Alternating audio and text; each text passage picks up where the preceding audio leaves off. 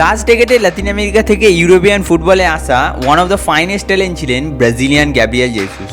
2017-তে মাত্র 19 বছরের গ্যাব্রিয়েল জেসুসকে কেনে প্রিমিয়ার লিগের ক্লাব ম্যানচেস্টার সিটি, যেখানে তিনি 2022 অবধি কাটান।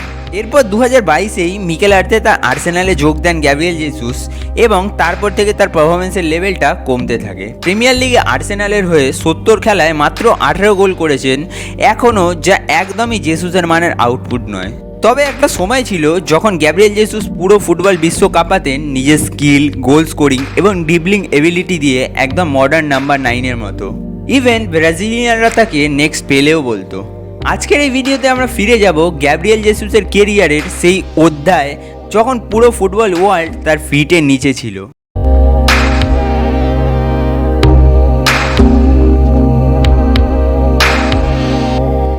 জুলাই 2013-তে গ্যাব্রিয়েল জেসুস পালমেরাস ক্লাবে একটা ইউথ কন্ট্রাক্ট সাইন করেন। বছরটায় গ্যাব্রিয়েল জেসুস ক্লাবের টপ স্কোরারও হন মাত্র 48 খেলায় 54 গোল করে। গ্যাব্রিয়েল জেসুস 2014-তে আবার 3 বছরের একটা ডিল সাইন করে পালমেরাসে। বছরটায় আন্ডার 17 চ্যাম্পিয়নশিপে 22 খেলায় 37টা গোলও করেন জেসুস। পুরো ক্যাম্পেইনটা জুড়ে গ্যাব্রিয়েল জেসুসকে তাও ফার্স্ট টিম ডেবিউ করানো হয় না, ফলে তখনকার পালমেরাসের কোচ রিকার্দো গ্যারাকার এবং ডলিভার জুনিয়রকে ক্রিটিসাইজ হতে হয়। এরপর 2015-তে নিজের সিনিয়র ডেবিউটা পেয়ে গ্যাব্রিয়েল জেসুস একের পর এক স্ট্যান্ড আউট পারফরমেন্স দিতে থাকে, ফলে খুব অল্প সময়ে পুরো ওয়ার্ল্ডে তার ট্যালেন্টের পোটেন্সিয়ালটা ছড়িয়ে পড়ে। আর ব্রাজিল ন্যাশনাল টিমের হয়ে 2016-তে আন্ডার 23 গোল্ড মেডেল পাওয়াটাও তার হাইপটা আরও বাড়িয়ে দেয়। জানুয়ারি 2017-তে finally Manchester City 33 million euro দিয়ে গ্যাব্রিয়েল জেসুসকে সাইন করায়। জেসুস তার ডেবিউটা করে 21 জানুয়ারি 2017-তে রহিম স্টার্লিংয়ের সাবস্টিটিউট হয়ে স্পার্সের বিপক্ষে। 1 ফেব্রুয়ারি গ্যাব্রিয়েল জেসুস প্রিমিয়ার লিগে প্রথমবারের জন্য স্টার্টিং 11-এ জায়গা পান।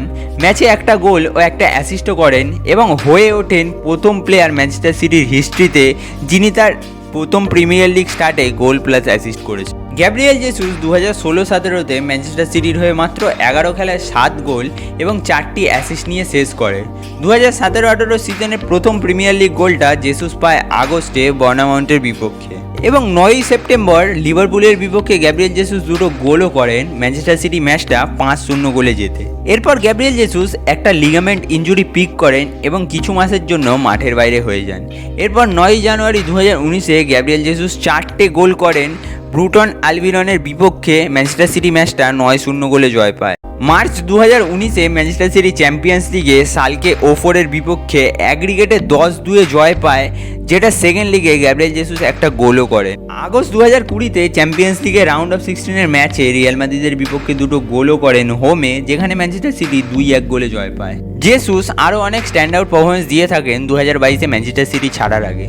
টোটাল ম্যানচেস্টার সিটির হয়ে 236টা খেলায় 95টা গোল এবং 45টা অ্যাসিস্ট করেন, কুন আগুয়েরোর মতো প্লেয়ারের ব্যাকআপ হওয়ার পরেও।